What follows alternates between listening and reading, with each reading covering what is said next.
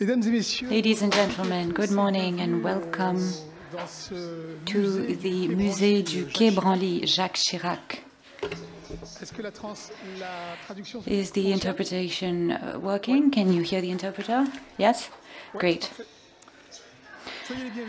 A very warm welcome to the Musée du quai Branly, Jacques Chirac. We are delighted to have you here in this beautiful auditorium, the Claude Lévi-Strauss Auditorium, which is one of the centers in which thought comes to life within this museum. The voices of our speakers is what we are waiting for this morning, not mine, but in any event, I did want to wish you a warm welcome and say that we are delighted to have you here for this new edition of Black Portraitures, 10 years following the original edition that was held here in January 2013. This event pushes us to reconsider our practices as a museum and think about the extent to which, over these 10 years, the museum has been able to give a voice to African people and the diaspora, the way it has contributed to ideas, images, to works, and whether it has given them the place that they deserve. I'd like to say in just a few words what we have been able to achieve. In spite of everything, I do believe we've made progress, although we still have a long way to go.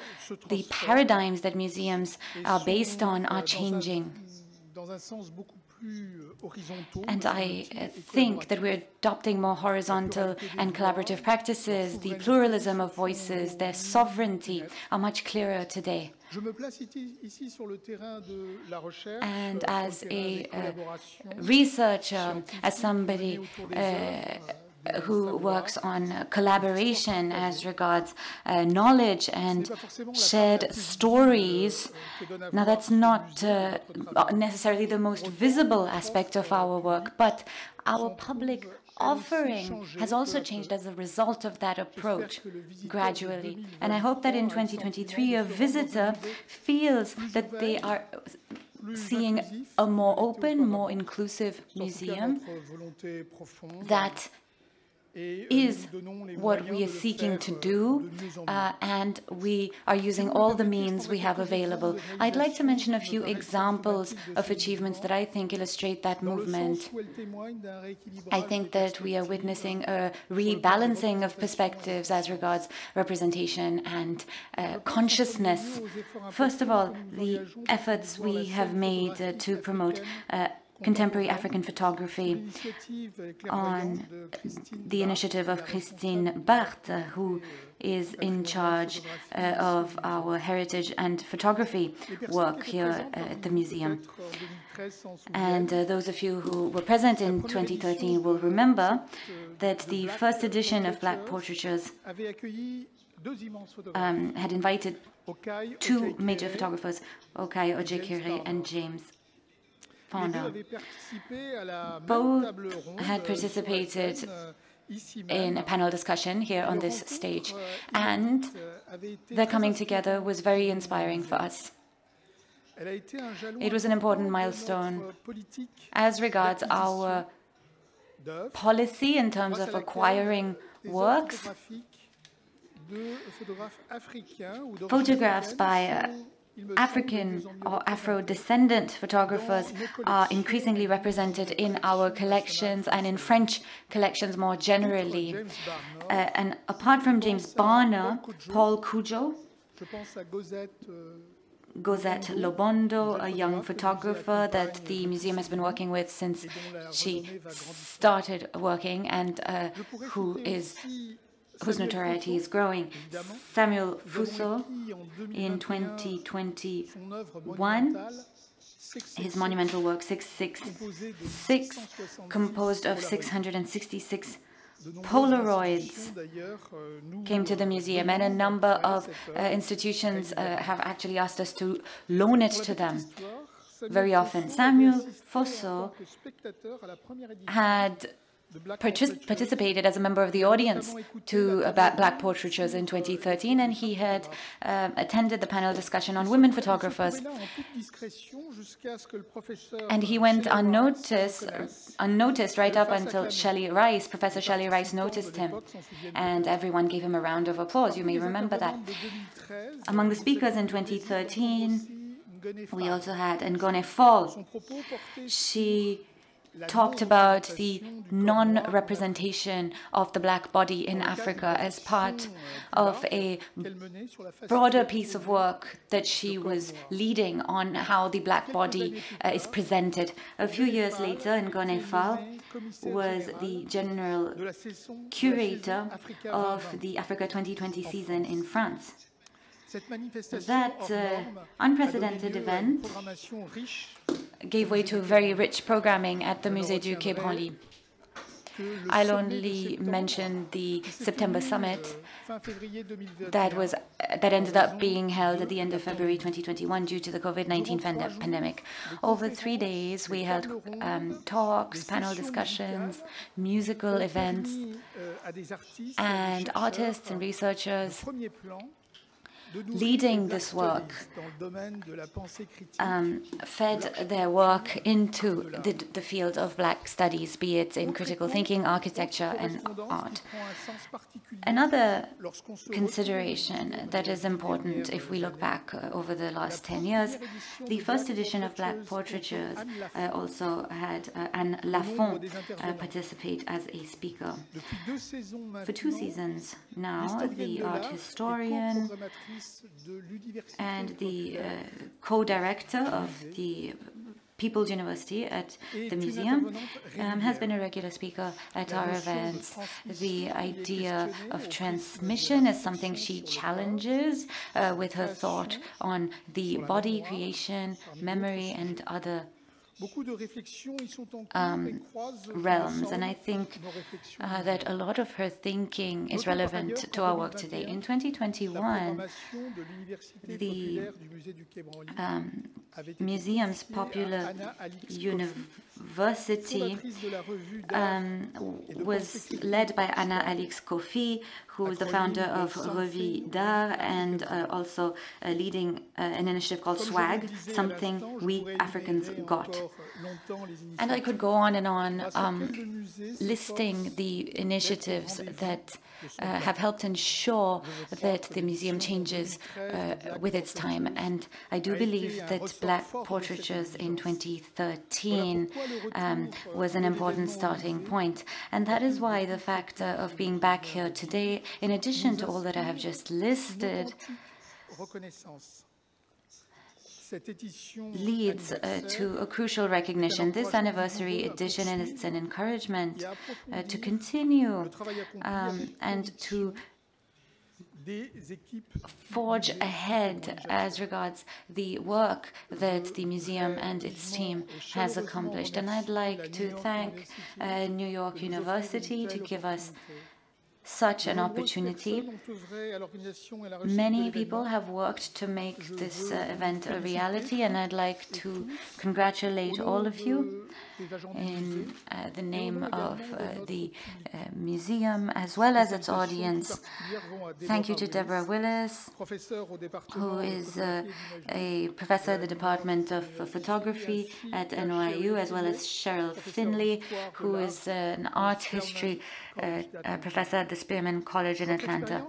Your wealth of experience, your professionalism, your enthusiasm have been pivotal to the organization of this event. Thank you very much and congratulations.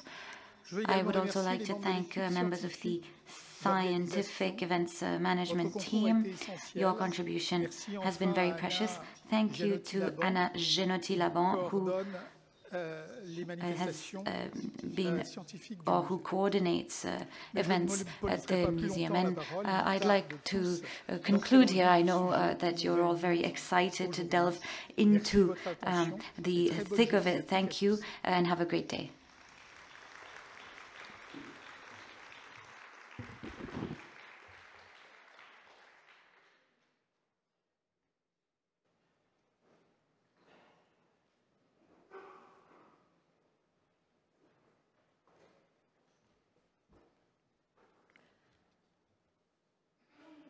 Bonjour, bienvenue, good morning, welcome.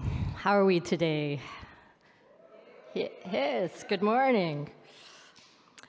My name is Allison Green. I'm the Dean of the Tisch School of the Arts at NYU, and it is my great pleasure to welcome you, so many esteemed artists, scholars, and colleagues for the 10th anniversary of Black Portraitures.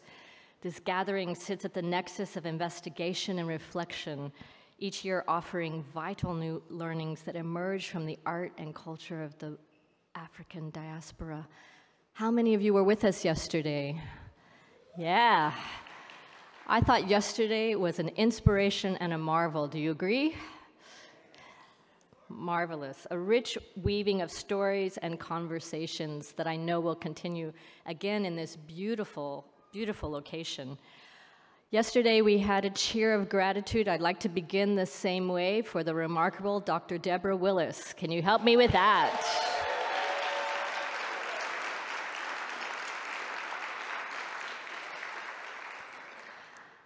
Back in 2019, under the astute eye of our wonderful colleague, Deb, the Tisch School of the Arts hosted Black Portraitures, and we explored the role visual archives play in recording past stories and imagining future stories. Just as we did that year, I'm so thrilled to be reconvening here. I want to also thank Cheryl Finley. Cheryl, where are you? There you are. Can we have a cheer for her?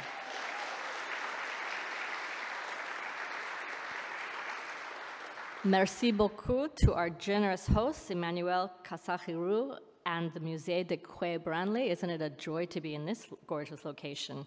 As well as to all the talented speakers and moderators that will be leading us in the conversations today. We are so grateful for your time and your wisdom shared with us. I also would love to have a round of applause, please, for Nikki Keikos, Jordan Cruz, and Terrence for their fabulous organization.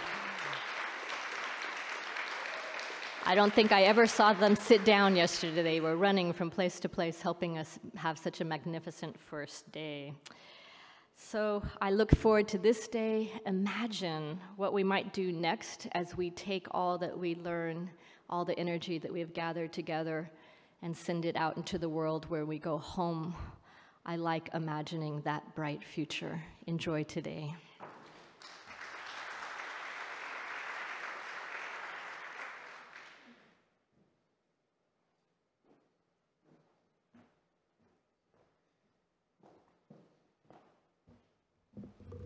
Bonjour, good morning.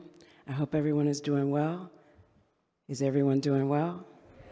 Yes, all right. Well, it's wonderful to see everyone. My name is Lisa Coleman, and I'm the Senior Vice President for Global Inclusion and Institutional Innovation at NYU. It is a pleasure to be here. I bring greetings on behalf of our president, our current president, Andy Hamilton, and our provost, Gigi DePico. So we are so thrilled to be able to be here and, of course, to be in Paris. Thank you for joining us yesterday at our NYU Paris campus. How many people enjoyed that yesterday?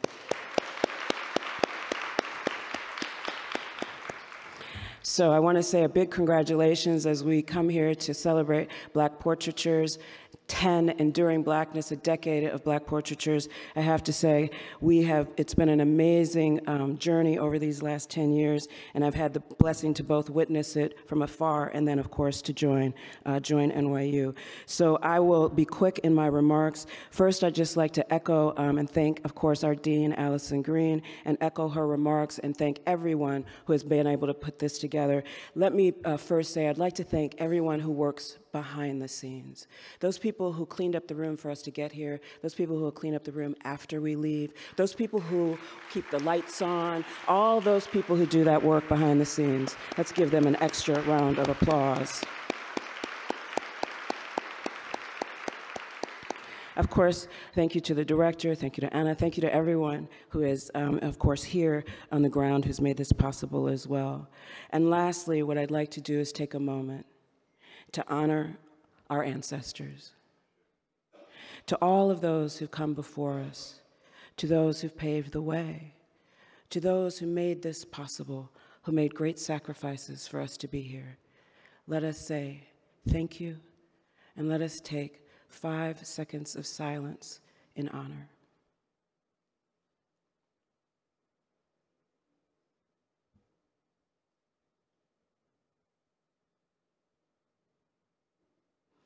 Thank you. Ashe. I look forward to Black Portraitures 20. I'm looking at you, Deb. So thank you very much. And now we can bring Deb Willis and give her another round of applause. Our remarkable Deb, thank you.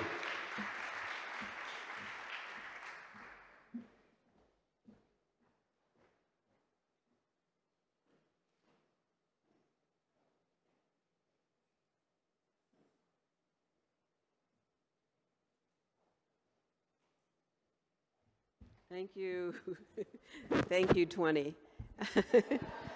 Awam, Cheryl, please come down. I'd just like to say thank you all. This has been an amazing first day, second day as we begin and filling in the room. We also would like to have Joan Morgan acknowledged, as we have worked together in creating this moment. We have spent a number of years between Maza, Ellen Toscano, Gunja, coming up with the idea to reframe this discussion. Working together with Henry Louis Gates, who is unfortunately unable to be with us because he is working on a film project, and he's in California. But he sends his greetings. But when we think about the experience we had in 2013, from filling the rooms to the brim when firemen came to stop us from having too much fire in the room at that time, and they were so handsome we had to pay attention to them, to the point that the stories that were told, and I was really happy to hear that James Barner was mentioned again as he is recycled through this experience. I've met a number of curators who attended Black Portraitures and felt that James Barner was an important figure for them to continue to support. I also, in terms of O.J. Carey, unfortunately he passed away, but he also was a significant figure. Awam, can you come up for a second?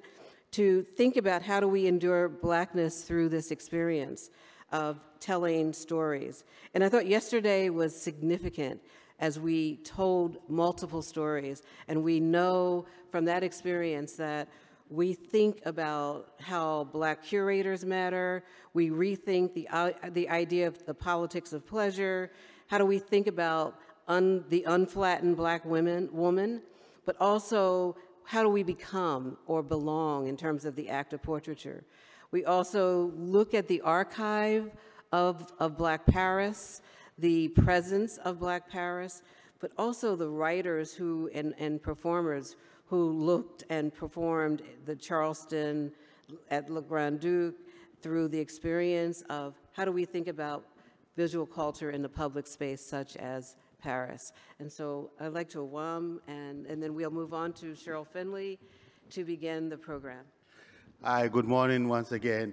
Welcome, as we sit in the hallowed space, we evolve with memories of the various histories of representations and what we do, also some of the things that we're challenged by. How do we conjugate beyond these metaphors, these images, these signifiers of Africa in our diasporic spaces and our work, etc. And I think being here, we see the challenge for us as scholars, as artists, as curators in extending this conversation and in our practices and scholarship. But we will be in many places and interacting with our local colleagues as well, who are daily engaging with issues of representation as one fragment of their own identities and projections is also critical for us in our affiliations and coalitions across board. So these are some of the things that we hope will come out of our conversations and proceedings as we move forward. But once again, it's Deb, and I think Cheryl is somewhere in the dark somewhere. So, there she goes. Okay, we're going to begin by introducing Cheryl Finley, professor at Spelman and Cornell University, and we thank you, Cheryl. And you can also start your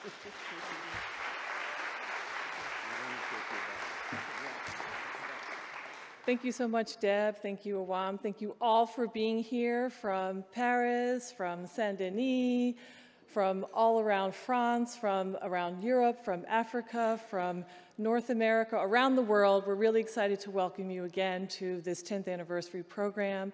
And I'm really delighted to begin our morning with a conversation between two of the leading artists of our day, Raphael Barontini and Amy Sherald. But we have an introduction by Marianne Ibrahim that we'll begin with first. And Marianne Ibrahim is one of our newest partners, but actually she was also here with us 10 years ago at Black Portraitures. So I'd love to introduce you and welcome you to the stage, Marianne.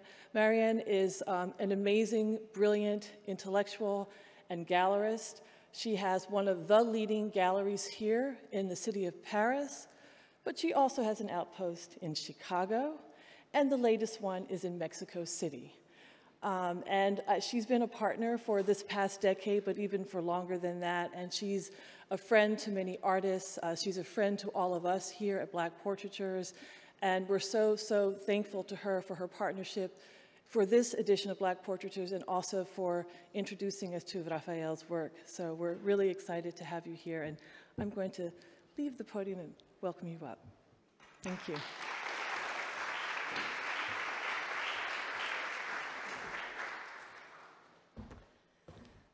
Thank you, Cheryl. Good morning, distinguished artists, curators, scholars, and guests. I stand before you today with great honor and excitement to introduce two exceptional artists whose voices have transcended boundaries and ignited vibrant dialogues within the contemporary art world. But before I do so, I want to take a minute and this opportunity to express my gratitude to the organization of Black Portraiture, NYU, Dr. Sharon Finlay, but most particularly Dr. Deborah Willis, who invited me to attend the Black Portraiture some 10 years ago in Paris when I first met, in Paris when I first met her in Seattle during her exhibition. At that time, I had just opened my first gallery in Seattle. It was in 2012, after 1 year, with the mission to promote the works of my contemporary and African descent artists. At that time, the world had not seen the BLM movement, which is a fundamental moment that is shifting the paradigm for the future. There were also minimal inclusivity of Black artists in institutions and galleries. It is only when I came back to Paris that I truly felt I was going to be part of something bigger. And my understanding of the art world was shaped. Don't you know, they're talking about a revolution. It sounds like a whisper. And that whisper has become a loud voice. And for those who still believe that Black art is a trend, let me tell you, it was not, it is not, and it will never be. You have ignited a mission that I still carry. You have created a collective and a dynamic force that will go on from generation to generation. And I would like to echo the words of the President Kazaheru and his remarks. And I hope in 10 years we will make the next generation of artists, dealers, scholars, curators, and gatekeepers of Black art. In our ever-evolving artistic landscape, it is paramount to recognize those artists who fearlessly challenge convention, question societal norms, and spark conversation that extend far beyond the confines of a canvas or a gallery wall. Dearest Amy, dearest Raphael, you both embody the spirit of artistic exploration, utilizing your unique perspectives to shed light on the complexities of our shared Black experience. Amy Sherald, a heralded American artist born in Columbus, Georgia, has captivated audiences worldwide with her distinctive portraits that disrupt traditional notions of representation.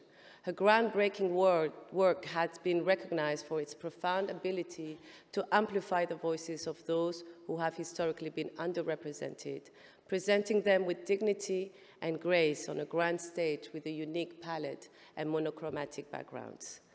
to recall a session from my dear sisters on Black women and the politics of kinetic freedom, Amy unapologetically revives the very aspect of ordinary joy and pleasure. Best known for her commissioned portrait of First Lady Michelle Obama, unveiled in 2018, and her poignant portrait of Breonna Taylor, victim of police brutality, Amy's painting radiates a sense of quiet power, challenging us to engage in conversations about politics and the construction of aesthetic. Amy's work is held in public collections, such as the Whitney Museum American of Art, the Los Angeles County Museum, the Museum of Fine Art in Boston, the Smithsonian National Portrait Gallery, and the National Museum. Joining us is a French-Caribbean artist, Raphael Barontini, who I have the privilege and the honor to work closely with, and whose artistic practice intertwines elements of painting, installation, and performance to create captivating visual narratives. Born in Saint-Denis, based and working in Saint-Denis, graduated from the Beaux-Arts in Paris, Raphael's work reflects his own multicultural background and explores themes of cultural identity, creolizations, and the interplay between tradition and modernity. With an unwavering commitment to excavate the history of resistance, celebrating diversity and breaking down barriers, Raphael's vibrant and evocative pieces invite viewers to engage with the notion of Caribbean fantasy. Raphael will present a monumental installation at the Pantheon this fall, celebrating the heroic Black figures. Raphael has exhibited at the SCAD Museum of Art, the MacVal, the MoCo in Montpellier, Museum of African Diaspora in San Francisco, the New Art Exchange Museum in Nottingham, and the Museum of Art and Design in New York, to name a few. While your artistic approaches may differ, you both, Amy and Raphael, delve into the complexities of societal structures and power dynamics. You confront issues of multiple Black representation, encouraging viewers to question preconceived notions and engage in critical dialogue. You both are keenly aware of the transformative power of art and its ability to challenge and reshape our collective consciousness. Please join me in extending a warm welcome and a round of applause to Amy Sherald, Raphael Barontini, moderated by Dr. Shinley. Let us embark in this artistic conversation together, and may our shared exploration yield profound insight while reshaping the history of art. Thank you.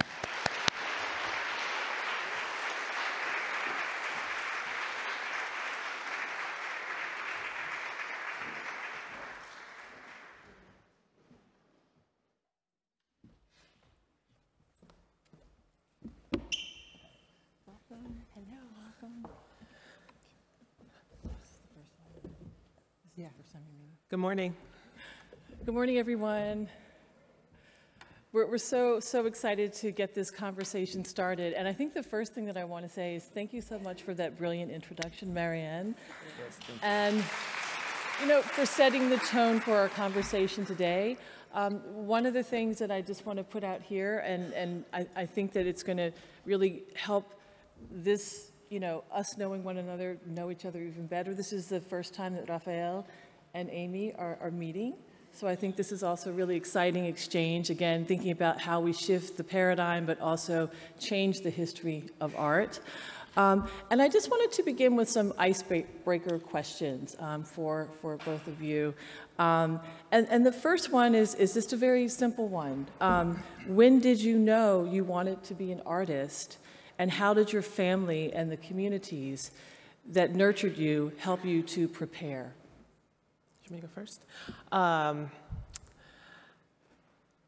Just again, good morning, and thank you, Marianne, for that beautiful introduction. Raphael, I'm honored to be in conversation with you, and Cheryl, as usual, we talk a lot. It's great to be here with you.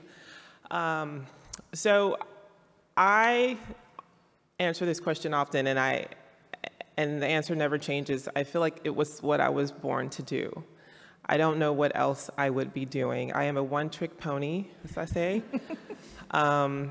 My backup plan was to be a wine sommelier because I worked in the food industry for so long to support myself as an artist. But it's what I was naturally drawn to as a child. Like, just drawing was what I did, and I did it whether I was doing math, whether I was doing English. I was always making pictures with my homework for my teachers. And it wasn't anything that my parents encouraged. So my parents were born in the 1930s.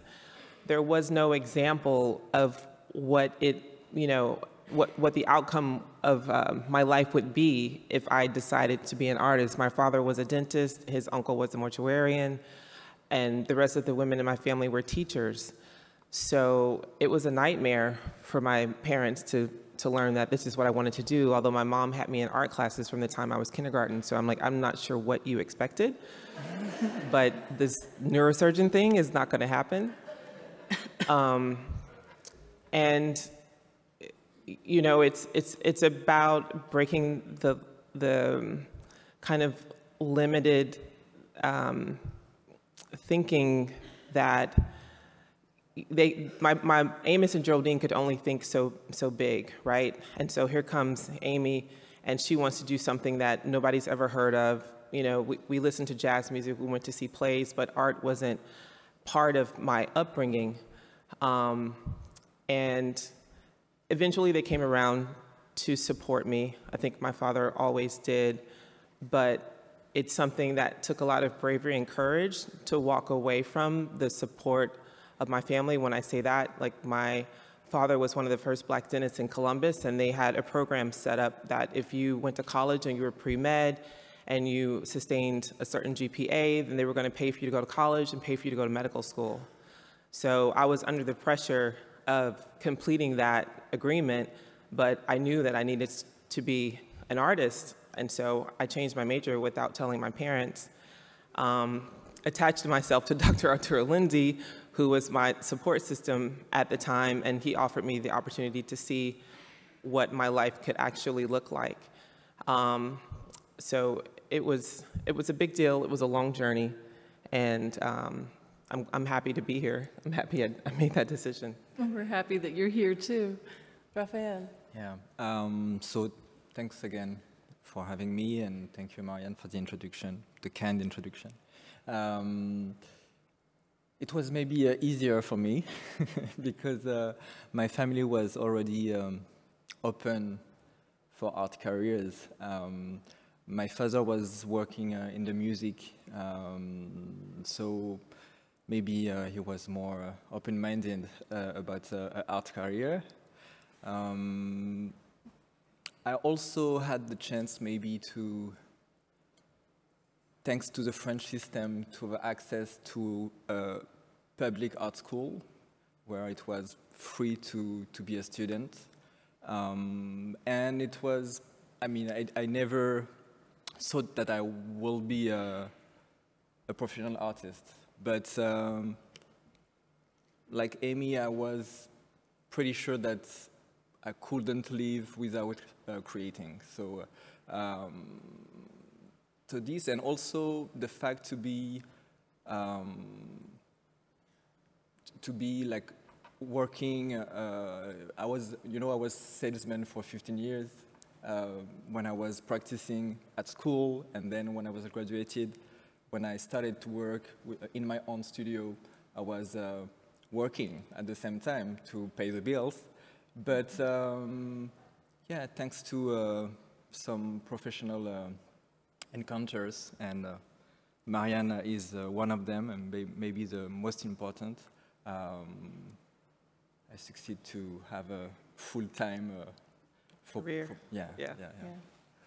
Well, I think it's interesting that you pointed out that each of you has had different jobs on your way to your career as artists, and you mentioned your work in sales, and we know that you're innovators. Artists are always innovators, and you need that type of ability to transition and to be able to share your new ideas with the Marianne Ibrahims of the world, with the students who are here, our faculty, with curators. Yes. I wanted to ask if you could maybe talk about where you grew up and how that environment feeds into the work that you create today in terms of perhaps some of the themes that you explore, the media that you use, your own principles as an artist, how you collaborate, and what your priorities are. Mm-hmm. And let's start with you, Raphael. Yes. So I grew up in the north suburb of Paris, in a town called Saint-Denis, known to have a stadium where Beyoncé can do some gigs. But no, it's an important city for me because, you know, I grew up in a mixed-race family, and Saint-Denis is a working-class city. So you have different layers of immigration and a large African diaspora. And it was like something very sure when I was graduated that my studio had to be in Saint-Denis, because I could maybe,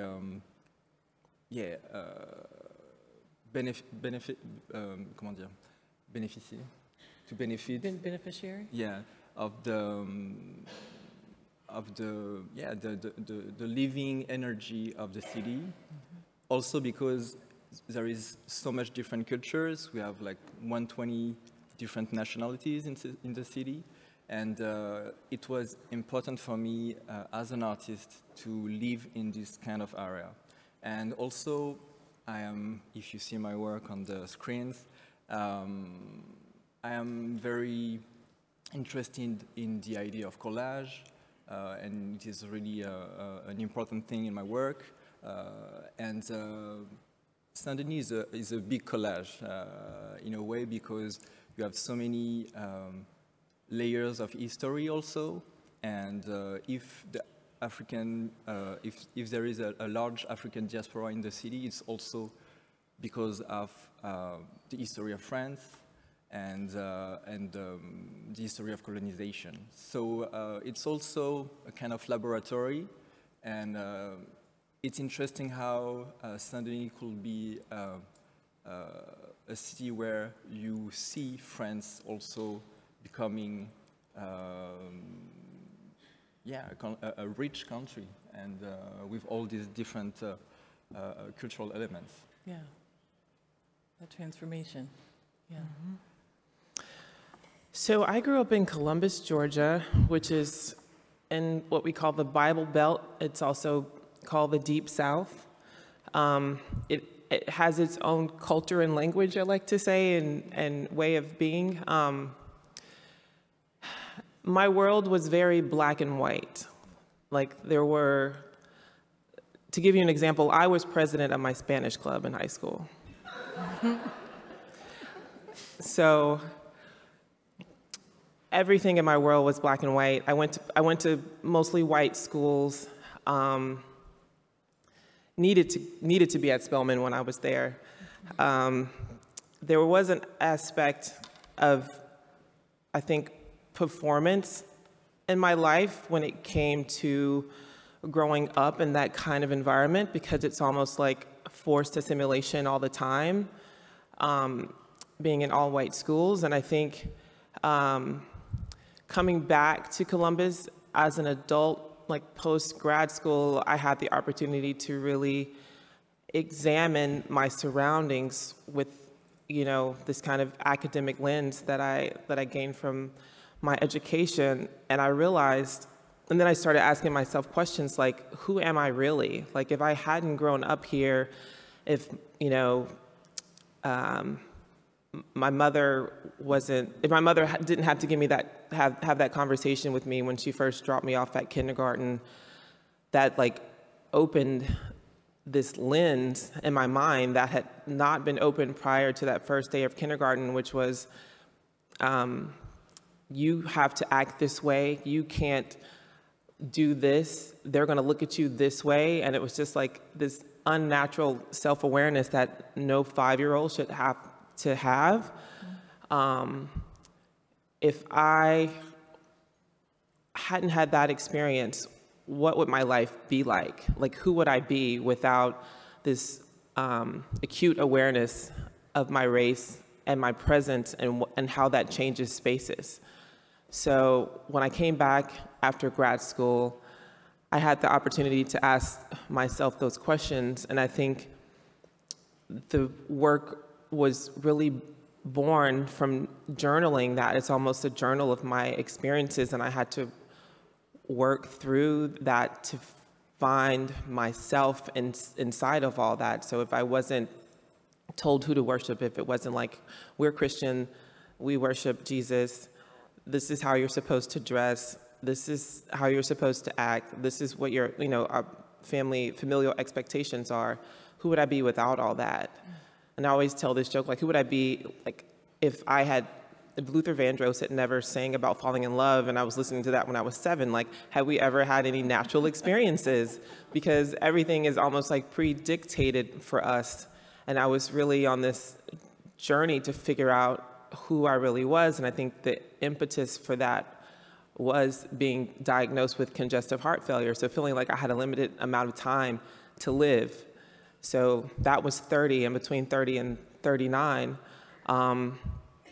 I started searching for what kind of work I wanted to make, and I think these ideas came from the impetus to want to exist in the art world fully as myself, which I think I wanted the work to exist in a way that was universal, that could be in conversation with all kinds of people about many different things.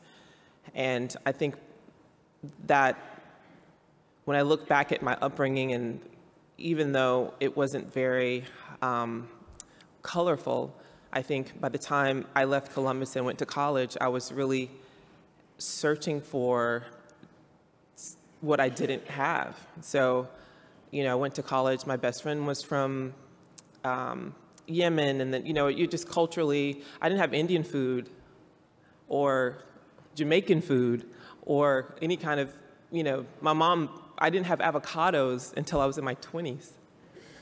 So like moving to Atlanta was an eye-opening experience. So everything was very cocoon-like.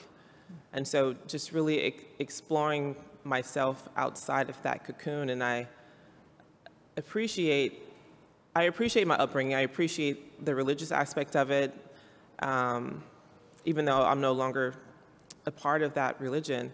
But I think it really drove me to go deeper and to look deeper for answers that I might not have had I had a different kind of life, if that makes sense.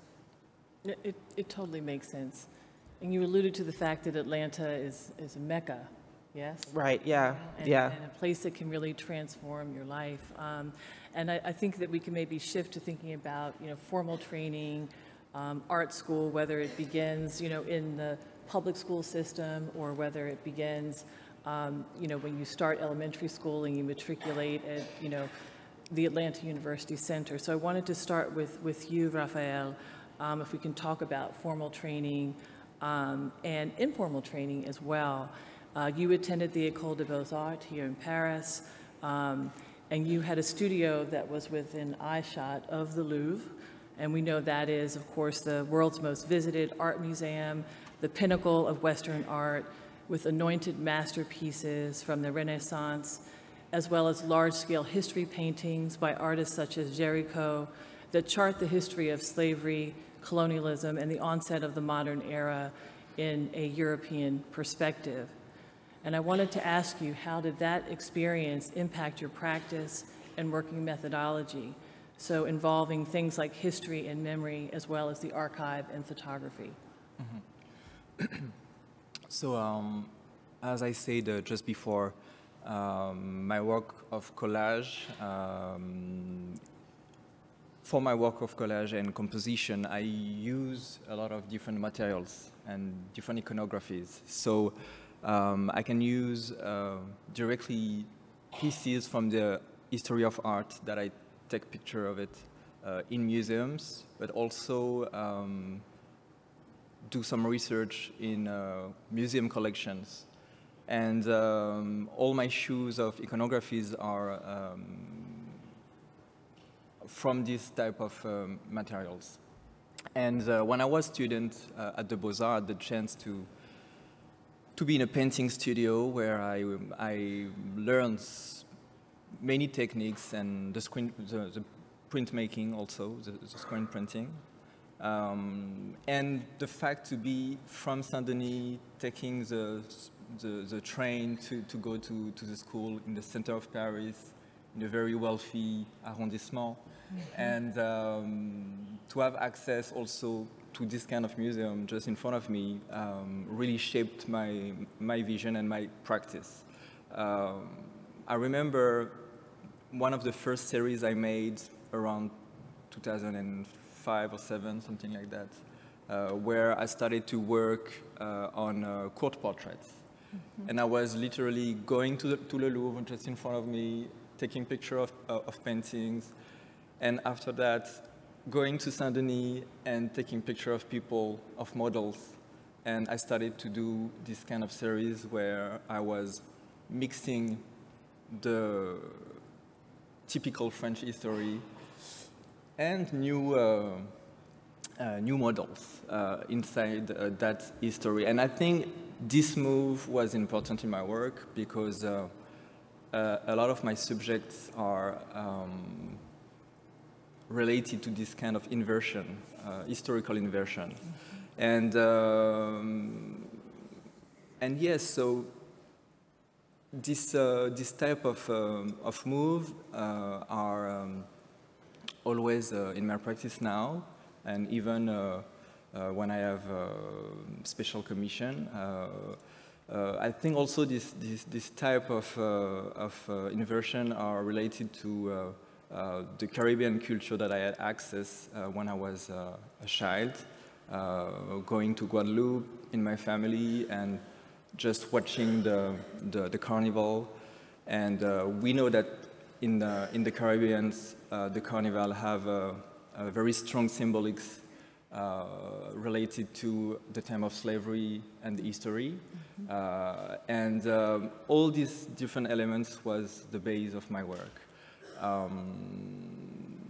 I can say something about the French system in a way, and the fact to add 1 year as a student in New York at Hunter College, because it was important for me to have this this year in the States, because it was clear for me that my issues, my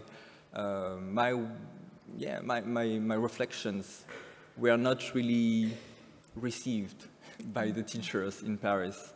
And also even at my graduation with the jury. And I remember I was talking about my artistic references during my graduation, and I was talking about Jacques Lawrence, Romare Bearden, or even Kerry James Marshall. And it was in 2009, so not too far. And the jury didn't know any of the references. You have it. So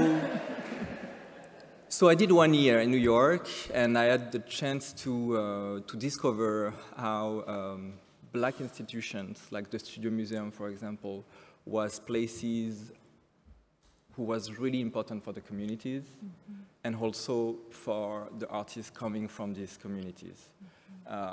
And it's not, I think the fact to be represented by a gallerist like Marianne is also something very important in my career, but also it is an example that I had to go in the States finding a Black woman to represent my work. And you met even in the France. US. And we met in Paris, but you met my work in San Francisco. I saw his work in San Francisco. Yeah. So yeah, it was very important for me to do this exchange in the States, to have other perspectives, and I was like, okay, so I can be a professional artist and do what I want. So yeah, that was important. I got lost on his answer, so now I need you to ask me the question again. No, it's okay. Well, it's slightly, it's a little bit different for you. The same question though. But so you attended Clark Atlanta University. I did. Located on the campus of the largest historically Black college and university consortium. in the United States, but I would also like to say in the world. And so I wanted to talk about, and this is, kind of also vibing off of your answer, Raphael, and also the work that you do, Marianne, as a gallerist, but also as a mentor, a connector. The question for you is, Amy, how did that experience, with classes that were in a program that was designed by a pioneering art historian, Hale Woodruff, but taught by, another leading artist, Arturo Lenzi, with other artists that we know now are your friends who continue to make work and continue to make an impact. How did that experience, change and nurture you as an artist as you've grown over the years? We had the great opportunity to invite you to our campus recently to Spelman College for a symposium that was marking the Black American Portraits exhibition that traveled from the LA County Museum to the Spelman College Museum of Art in the beginning of this academic year. And I think that there's a way that we can learn more about, again, the communities that, as you said, can support us, that give us these networks, that give us a sense of, of feeling that our work is relevant from that experience. That you're relevant, yeah. I don't think I'd be here without it. I think that if you think about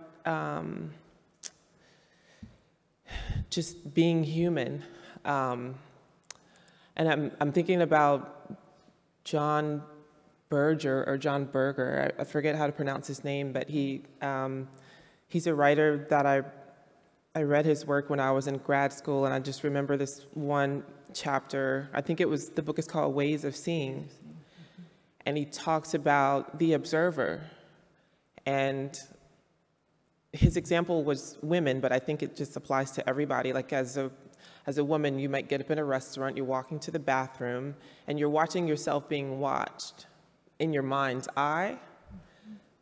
That experience takes you out of your body, right? And to make art, you have to be in your body.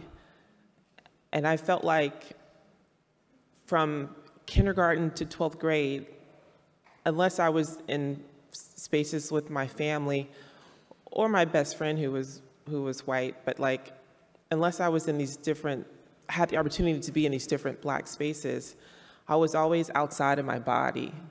So I'm not sure, coming from that perspective, had I not gone to a historically Black institution, I would have been able to be as vulnerable as you have to be to make work, especially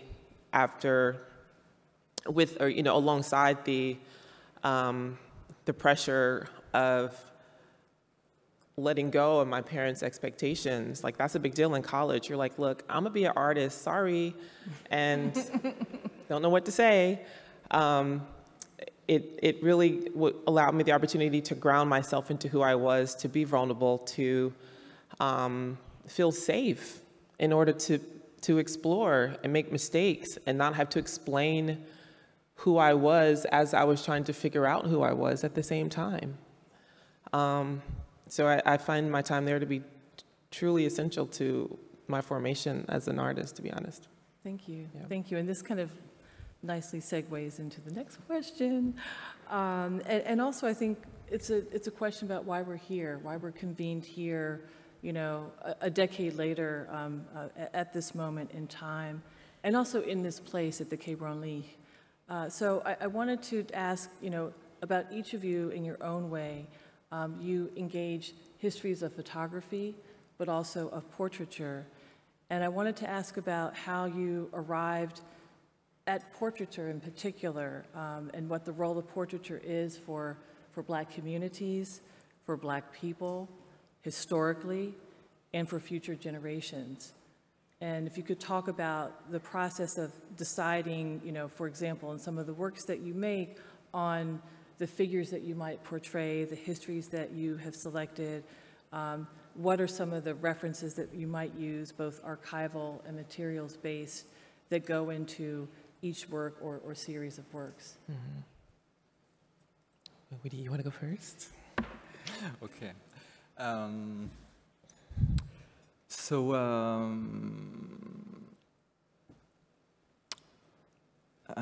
Kind of like it's a hard question. practice. Well, it's not a hard question, but it's a thoughtful. because it's a long, also yeah. very different aspect. But can you go first? Yeah, I'll try. Okay.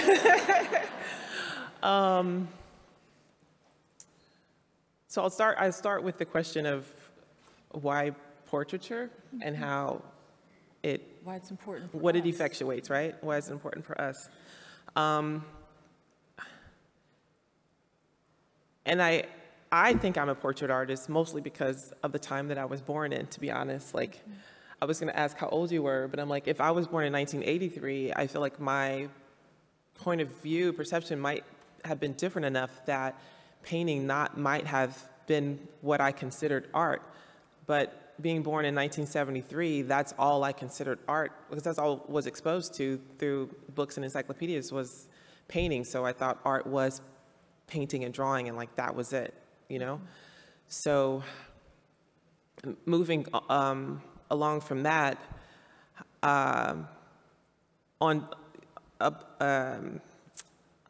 onto the journey of what I needed to make and exploring my artistic DNA based on what tools I had from my childhood, because I think, you know, becoming an artist starts, you know, a lot of people make this comment as a joke when somebody asks you how long did it take to do that painting and you say 50 years, because that's how old you are. Mm-hmm. It's the, you know, you've been becoming an artist for all of your life.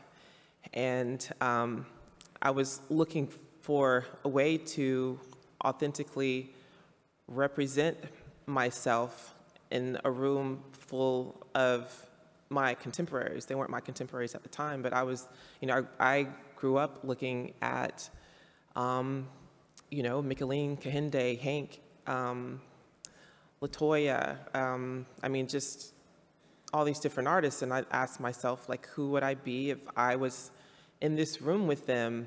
I imagined myself in this room with them 10 years into the future, and like, what kind of work would I be making? And honestly, the genesis of my work was in response to two different things.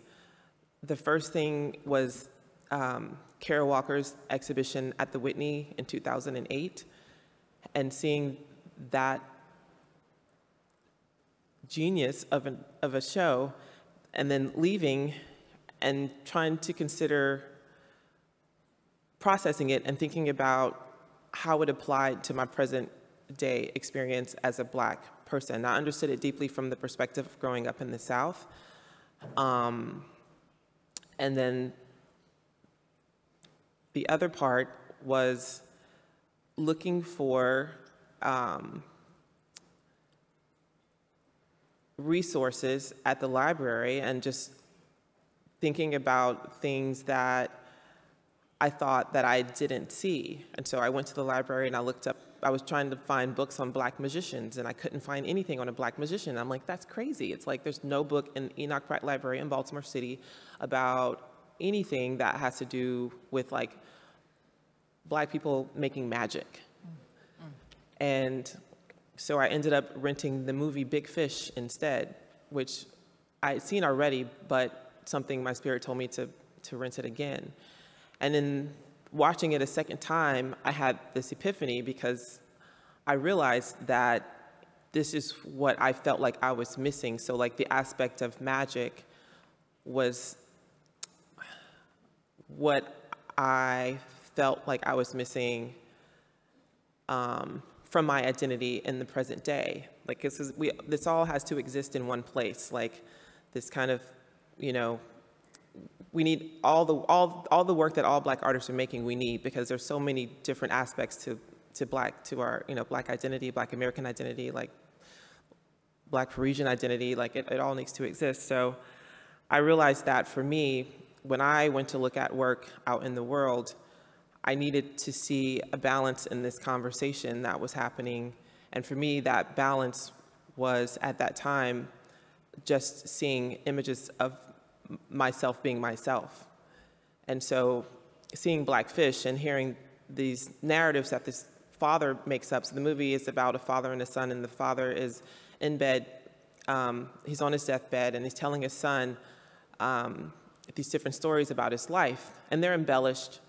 Some, one story is that, your mother, her wedding ring came off in a river, and I had to wrestle a 6-foot catfish to get it back. And then when he was in World War II, he jumped out of a plane and accidentally landed on a stage, and it was like a two-headed, beautiful woman performing, and his son was getting more and more frustrated because he really wanted to know the truth about his father's life.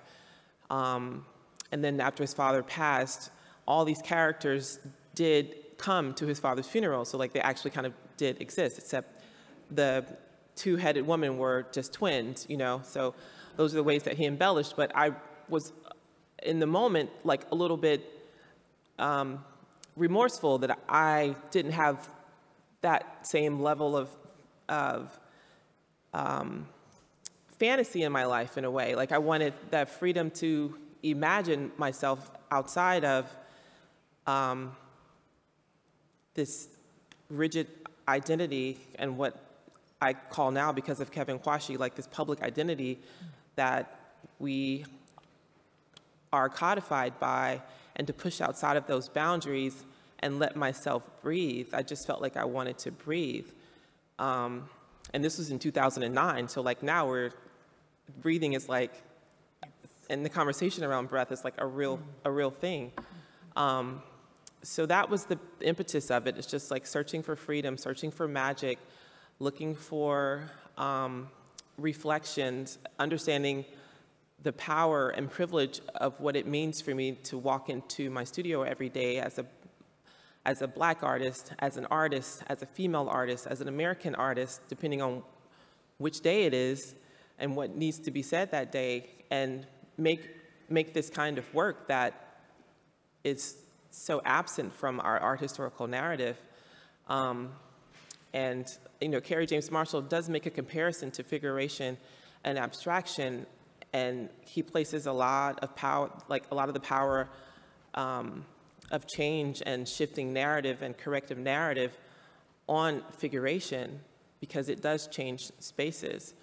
The presence of Black skin does change spaces.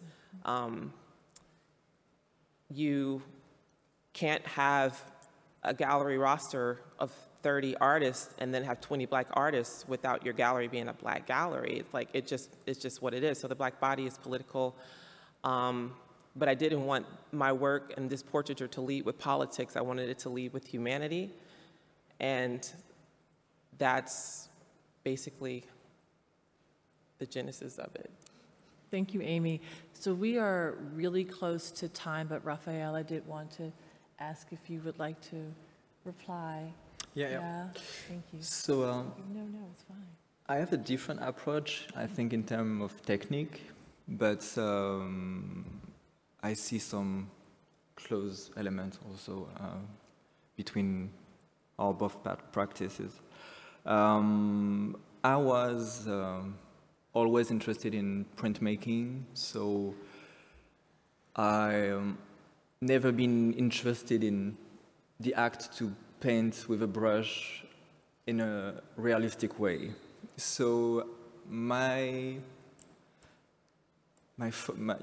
was focused on how images could have symbolics or an history just itself. And the fact to choose the aesthetic of collage to create an art piece was really the first goal. So maybe it's a part of my hybrid culture, and to be from different countries, but I really saw that technically I had to use different techniques and use in my production the fact to work by layers after layers, and a a painting is, I build a painting like that. So I start with a deep research on iconographies, and you see a lot of pictures and portraits in my paintings, and they come from historical collection. I started to use some from the collection at quai Branly here, and I really dig into the past, and also an exotic, kind of exotic glance that those Western collection of photography have inside them. So I really tried to switch the symbolic and the aspect of these pictures and these portraits. So one of my goals as an artist was to produce portraits of realistic and also imaginary figures. A lot of them are coming from the Caribbean, and also because I found that as a French artist, I had to, in a way, make this history visible. And that's a huge part of my work, is by the medium of painting and textile also, but really make visible these different historical figures. And I don't know if we can jump on the next questions, but on commissions. But that's fine, and then we're going to have to wrap it up just because of time. That's why. I'd love to know about, you have a major commission coming up. We know about a major commission that you had that we were also excited about as well. But yeah, please. Okay. And any pearls of wisdom you'd like to share with our students in the audience would be great. Okay, so I am working on a project at the Panthéon here in Paris for next fall, and I decided to do this solo show with a multidisciplinary approach. So I will work on a big performance at the opening, and this is also a part of my practice with a Caribbean band called the Mass from Guadeloupe. They are based in Paris, but it's mainly from Guadeloupe, and it's an act of it's to make the act of resistance. Sorry, I jumped on a. This project, sorry, is about the abolition of slavery, and mostly the different movements of resistance who contribute to the abolition. So I don't know if you know this, but the Panthéon is a monument very symbolical in France, because it's the place where the most important people are buried, but for a long time the people who are buried inside are all in majority white and men and males, and when I had this commission, I wanted to celebrate the movement of resistance who led to the abolition in the Caribbean, and I started to work on an imaginary pantheon of figures. From Haiti, from Guadeloupe, from Martinique, and other islands from the Caribbean, and. Yeah, I don't know if I can add some things, but I think we're at time. Yeah. Yeah. We'll be at time. So, Amy, did you want to say anything about anything you're working on coming up? Or No. any pearls for our students? Pearls of wisdom, just realize that you're going to make a whole lot of bad work before you make good work, so take it easy on yourself. I made a whole lot of horrible paintings in my life before I started making some good ones. And don't compare your journey to anybody else's. Your journey is your journey. Stay on your path. Your timing is your timing.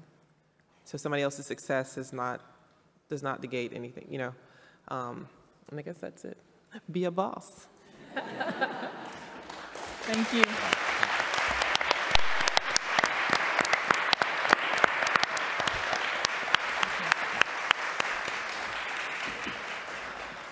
Thank you all so much. I'd like to thank Amy, Raphael, Marianne.